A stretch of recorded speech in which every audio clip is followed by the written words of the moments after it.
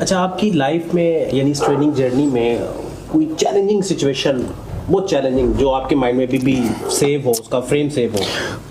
بہت سے چیلنجنگ. کسی کو آپ ایکسپلین کرنا چاہیں اس سے لرننگ کیا لیا آپ نے, اس کو کیسے ٹیکل کیا؟ میں یہ ضرور کہوں گا کہ ہر چیلنجنگ سچویشن سے ترقی ہوئی, آگے بڑھنے کا موقع ملا, اور اگر یہ چیلنجز نہ ہوتے تو شاید میں پھر سیکھ بھی نہ پاتا جتنا سیکھنے کو ملا ہے.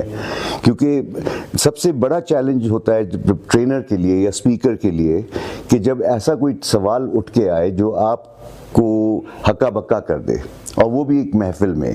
تو اس سے میں نے یہ سیکھا کہ آپ جب بھی مخاطب ہوں تو آپ اپنے سامعین کو یہ نہ سمجھیں کہ وہ کچھ نہیں جانتے اور آپ ان کو بتانے آئے ہیں, بلکہ احترام کی نظر سے دیکھیں. اور جیسے آپ کا ایک زاویہ ہے کسی موضوع پہ تو ان کے پاس بھی ایک زاویہ ہوگا, کیونکہ ہم ایک ٹیکنیکل بات تو کر نہیں رہے کہ نیوکلیئر ٹیکنالوجی کی بات ہو رہی ہے یا کسی فائنینشیل ماڈل کی بات ہو رہی ہے.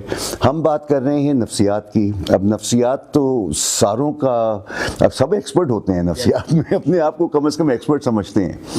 تو کیونکہ یہ ایک طرح سے عام فہم سی گفتگو لگتی ہے تو بہت ضروری ہوتا ہے کہ آپ سب کے زاویوں سے اپنے آپ کو ملائیں.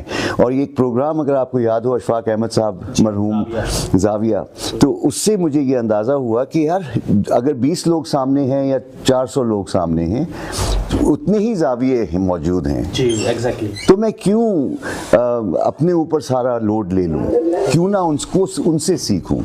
اور لرننگ, نفسیاتی جو لرننگ ہے, بیہیویئرل جو لرننگ ہے, اس کا تو تعلق ٹو وے کمیونیکیشن سے ہے. تو یہ میں نے نوٹ کیا کہ چیلنج کے لحاظ سے لوگوں کو شریک کرنا اور ان سے سیکھنا جو ہے وہ بڑا چیلنج ہے. چیلنج کیوں؟